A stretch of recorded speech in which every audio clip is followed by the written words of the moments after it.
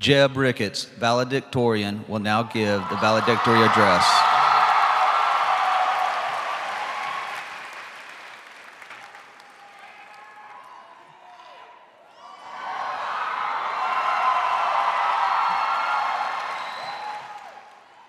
One word, America.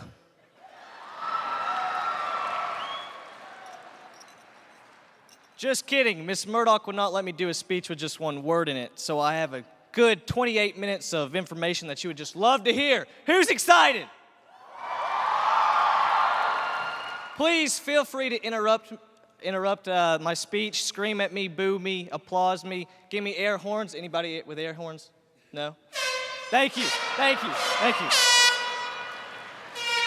Ladies and gentlemen, welcome again to the graduation of the greatest class that has ever walked through the halls of Cherokee High. The class of 2013 is hands down the best looking, brightest, and baddest bunch of jackwagons I have ever met. And it is an absolute honor today to represent your class, my class, as the valedictorian. 4 years. Can any of you believe it? It is finished.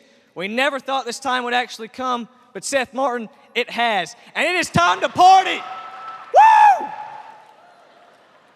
But first, before we can party, we have to get that piece of paper that is our ticket out of here. And I don't know about you all, but I have dreamt about this moment. Ever since my older brother was graduating 4 years ago, I was actually in this same church, sitting somewhere over there. You see the man with the grizzly beard? Right there. Yes, that's where I was sitting. And I was thinking, I was watching the class of '09 get what they so rightfully deserved, a diploma. But during that time, all I could think about was myself. It was about the class of 2013. I thought about how one day my time would come. I looked at my mother that fateful day, Mom, and I told her, I said, Mom, listen to me. One day I'm going to graduate, and I'm going to give a speech. She didn't believe me, but I did. I believed in myself. So we're here today, and the administrators actually thought it was a good idea to give me a microphone. And in fact, I have a real speech here, the approved speech, that I don't really like. Now, Miss Murdoch, half of what I say is appropriate. The other half, well, you tell me. Anyway, seniors, it is our turn to graduate. It is our time. This is the moment that we have fought for. Let us bask in it.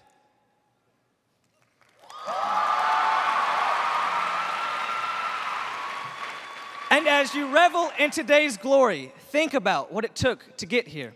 Think about your experiences, analyze them, and learn from them.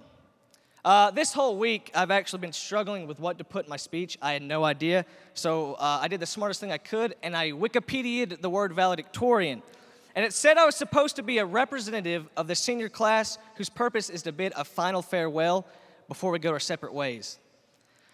Unfortunately, that description did not help me write my speech, and I'm still here wondering what I should say. So I'm just going to keep going.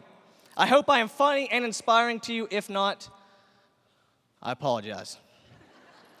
Anyway, I have analyzed my high school experience in this past week, all the success, all the victories, all the memories, all the times I kicked AJ Leach's butt in rock, paper, scissors.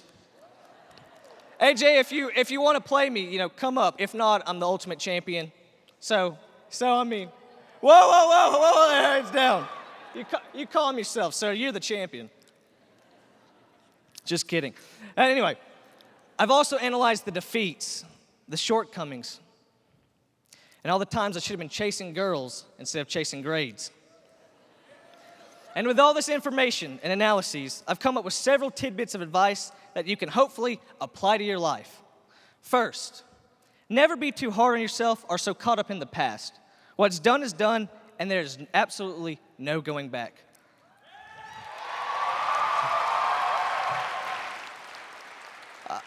People expect a lot from you when you're valedictorian, and this week I've been extremely mad at myself and regretful about things I did or did not do in high school. In a lot of ways, I failed. I failed my friends, my family, and at times my teachers. I also failed a few math tests, an AP chemistry exam, and an apostrophe quiz in Mr. Ingham's class. Thank you, Mr. Ingham. But that's beside the point.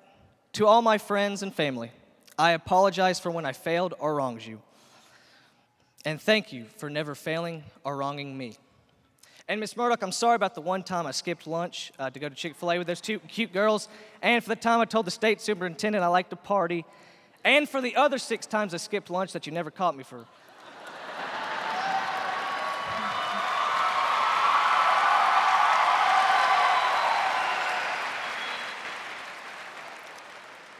But no human is perfect, Miss Murdoch.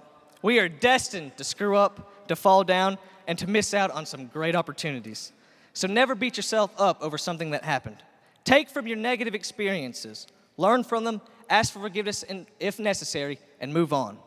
In addition, and this is really crucial, never remind someone of their shortcomings, as you do not always know what they are going through at the present time. And personally, my friends over here always remind me of my shortcomings. Anything I say or do that's stupid or wrong, they just say, "And you're our valedictorian?" Really? Really? Second, go out of your way for others. Life should not just involve self-advancement, rather, it should involve self-sacrifice. In the past 4 years, I've been so focused on being number one that I failed at being the one person that I could have been. A tutor, a giver, a rock for those who are in need, and a friend. I missed a plethora, as Coach Snipes used to say, the late and great Coach Snipes. I say late, he's not dead, but he works for Etowah, so he might as well be dead.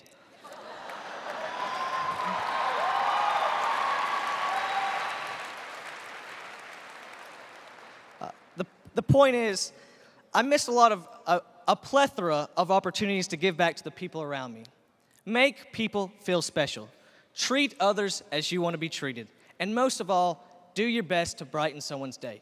For example, an easy way to brighten someone's day is to give them a shout out in a speech. Now, Ariana Disser, I don't know if you are here, but thank you so much for going to prom with a dork like myself.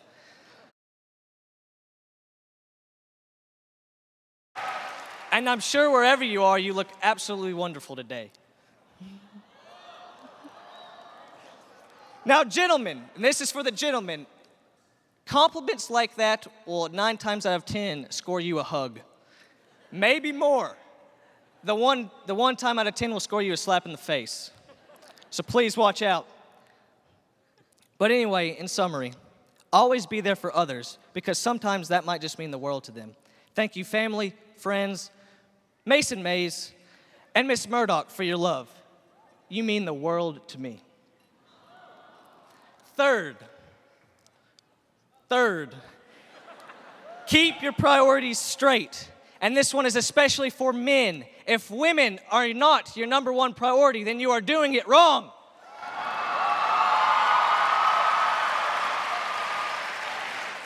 I have constantly kept women on the top of my list, on the top of my totem pole.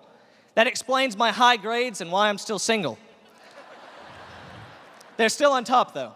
But seriously, know your priorities and know who or what should come first, second, and so on. Fourth, do not be afraid to try something new. I was asked to be in a play this year, and I used to always make fun of drama kids. And they are some of the funniest and greatest kids I've ever got to work with. And it was such a wonderful experience. Plus, I got to wear makeup for the first time in my life, and I look dashing in lipstick and mascara. Fifth, pursue faith. Question your life's purpose. Ask, why am I here, and why am I even able to ask that question today? I've struggled with faith all my life, but hands down, faith has been the one thing that has just kept me going through thick and through thin. Sure, I have cursed it at some times, and I have left it at other times, but my faith has never left me. Find faith, whether if it is in yourself, if it is in your family, or if it is in that cross. Find it. and use it.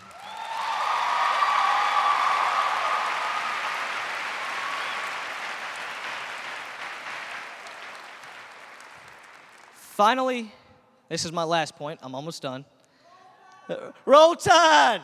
Prepare for your future, for it is a beautiful thing. Today, we begin anew. We are no longer children. What we did in high school no longer matters. What we do from this moment forward is what matters.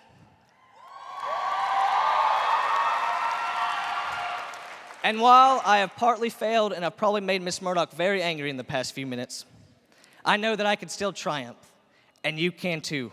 Warriors, the past 18 years, or 17 if you're me, have prepared us for this moment, for this new beginning.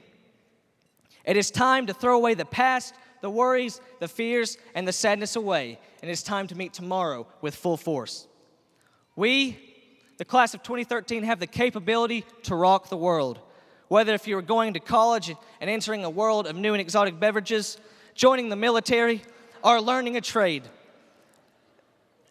Each and every one of you has a purpose, and that purpose will rock this world. That purpose will continue on the name of Cherokee. You know, people often say that high school is the best 4 years of your life, or 5 years if you're my dad. That is not the case.